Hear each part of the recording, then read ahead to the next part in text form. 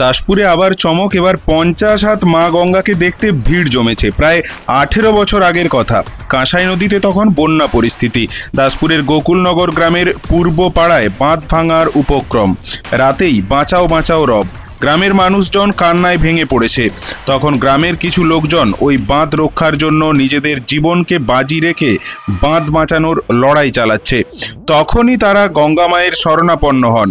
বলেন, যদি ওই বাঁধ কোনোভাবে রক্ষা করতে পারেন তাহলে পরের দিনই গঙ্গা মায়ের পুজো করবেন। পরের দিন থেকেই নদীর জল ক্রমশ কমতে শুরু করে। ধুমধামে মা গঙ্গার পুজো হয়। সেই থেকেই শুরু হয় গঙ্গা মায়ের পুজো। 18 বছর ধরে চলছে এই পুজো ও মেলা, সাথে সাংস্কৃতিক অনুষ্ঠান। আর এই পুজোকে কেন্দ্র করে আশপাশের গ্রামের মানুষজনও একত্রিত হচ্ছেন এই 18 বছর ধরেই। মঙ্গলবার থেকেই শুরু হয়েছে এবারের পুজো। বিশেষ আকর্ষণ 50 হাতের মা গঙ্গা, সাথে বারোয়ারি এবং মেলা। সুপ্রিয় চক্রবর্তীর রিপোর্ট, স্থানীয় সংবাদ, ঘাটাল। আপনার পুজো? আমার বাড়ি পাশের গ্রামে, এই গ্রামে নয়, আমার বাড়ি দাঁতপুর। তো এখানে আসি, খুব ভালো লাগে। এনাদের পুজো অনুষ্ঠান হয়, সবাই খুব আনন্দ করে। আপনার নাম?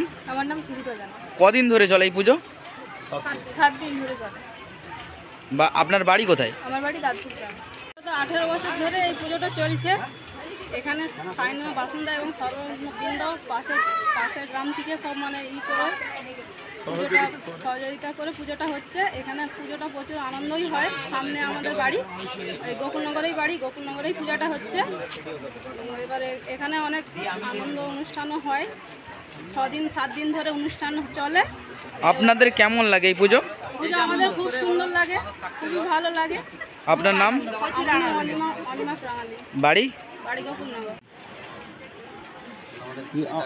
আমাদের বাড়ি হচ্ছে গোকুলনগর। আমাদের গোকুলনগর এইটা পূর্ব পাড়া পড়েছে এবং এইটা 18 বৎসর পূজা চালাচ্ছি আমরা। প্রথম বৎসর ঘটস্থাপনা করেছিলাম। ঘটস্থাপনা কিভাবে করেছিলাম, এইখানে বন্যা এসে গেছে, ছোট এইখানটা পুরো পাইলান চলেছিল।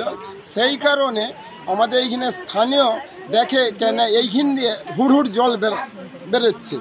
বেরানোর ফলে জনকতককে ডাকাডাকি করতেছে। ডাকাডাকি করতে করতে আমরা স্থানীয় লোক ছুটে যখন এসলাম, প্রচণ্ডভাবে ওইখানে জল বেরাতে আরম্ভ হয়। সেই কারণে আমরা হাঁকাহাঁকি করে রাত একবার, তখন প্রায় 1:30-2টা বেজে গেছে, সন্ধ্যা 8টা থেকে। সেই কারণে আমরা প্রচুর সারা রাত ধরে ডুবাডুবি করেছি আমাদের সব উদ্যোগী হয়ে, এবং আমাদের পঞ্চায়েত প্রধান উপর থেকে বিডিও, এসডিও তার পরের দিন এসেছে বটে, তখনকে আমরা আটকে দিয়েছি ঘোগটা অটোমেটিক।